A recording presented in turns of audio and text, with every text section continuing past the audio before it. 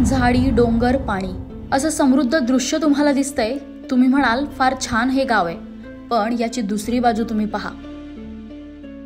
या चालत चाललेल्या महिला आणि ही लहान लेकरं उन्हातानात वणवण भटकतायत फक्त पाण्यासाठी. पाणी जी प्रत्येकाची मूलभूत गरज आहे, त्यासाठी त्यांना 5-5 किलोमीटर पायपीट करावी लागते. धरण उशाला आणि कोरड घशाला या म्हणीचा प्रत्यय येतोय इगतपुरीतील आदिवासी गाव वाघेवाडीत. गावाच्या उशाचीच भाम धरण आहे, पण या गावात फेब्रुवारीच्या सुरुवातीलाच दुष्काळाच्या झळा जाणवू लागल्यानं 30 ते 40 घरं असलेलं हे गाव आजही तहानलेलंच. गावकऱ्यांना 3 ते 4 किलोमीटर डोंगर दऱ्यातून पायपीट करत आपली तहान भागवावी लागते. ज्या दिवशी पाणी आणावं लागतं त्या दिवशी आपल्या लेकरांना शाळेत न पाठवता पाणी भरण्यासाठी घेऊन जावं लागतं. आणि ही खेळण्या शिकण्याच्या वयातील लहान पोरंही डोक्यावर हंडा घेऊन 5-5 किलोमीटर चालतात. गावातील परिस्थिती प्रतिनिधींमार्फत जाणून घेऊया. महाराष्ट्राची चेरापुंजी धरणांचा तालुका ऐकून नवल वाटेल, पण या धरणांच्या तालुक्यात वाघेरे जी वस्ती आहे त्या वस्तीचे ज्या महिला आहेत त्यांना 4 ते 5 किलोमीटरच्या दरी खोऱ्यातनं पाणी आणावं लागत आहे. भाम धरण हे तेथून फक्त हाकेच्या अंतरावर आहे. मात्र आजपर्यंत ज्या सरकार आहे त्यांच्या कोणत्याही योजना या बांधवापर्यंत पोहोचलेल्या नाहीत. रोज कमीत कमी 4 ते 5 किलोमीटर आपल्या लहान लहान लेकरांना घेऊन दऱ्या खोऱ्यातून पायपीट करत या ज्या महिला आहेत यांना रोज येथील विहिरीनं पाणी आणावं लागत आहे. विहिरीतलं पाणी संपल्यानंतर या महिलांना येथे जे धरण आहे त्या धरणातनं पाणी आणण्यासाठी पायपीट करावं लागत. आपल्या बरोबर येथील काही महिला आहेत, आपण त्यांच्याकडे जाणून घेऊया. ताई, काय सांगाल?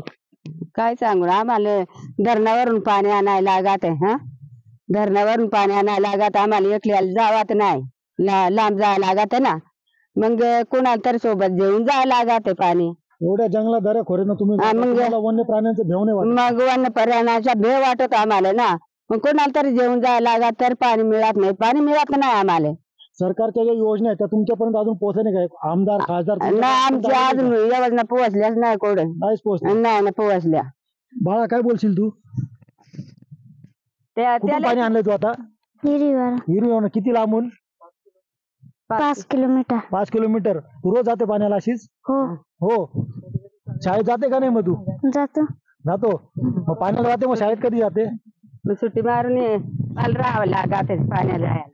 आपण पाहिलं की या महिलांना किती लांबून दुरून पाण्याची पायपीट करावी लागत. या ज्या लहान मुली यांचं शिकण्याचं वय, त्यांना या वयात सुद्धा आपली शाळा बुडून पाण्यासाठी जंगलातून 4 ते 5 किलोमीटर पायपीट करावी लागत आहे. आता या आदिवासी बांधवांची जी जंगलातली पायपीट आहे ती थांबणार का आणि शासन यांच्याकडे लक्ष देणार का, याकडे आता सगळ्यांचं लक्ष राहणार आहे. या गावात पिण्याच्या पाण्याचा प्रश्न गावकऱ्यांच्या 5वीलाच पुजलेला. शासनाच्या पाण्याच्या अनेक योजनांच्या घोषणा आपण ऐकतो, पण साधी त्या योजनांची हाकही गावकऱ्यांपर्यंत पोहोचलेली नाहीये. डिजिटल इंडियाकडे वाटचाल करत असल्याचा तोरा आपण मिरवतोय, पण आजही वाघेवाडीसारखी मूलभूत सुविधांसाठी झगडणारी अनेक गावं आहेत. यांच्याकडे कधी लक्ष जाणारे?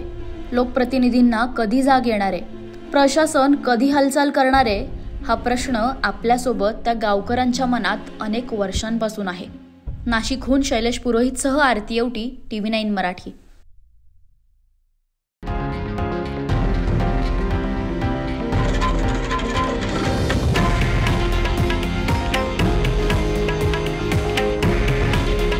हे आहे देशातील नंबर 1 न्यूज नेटवर्क आणि आपण पाहत आहात TV9 मराठी.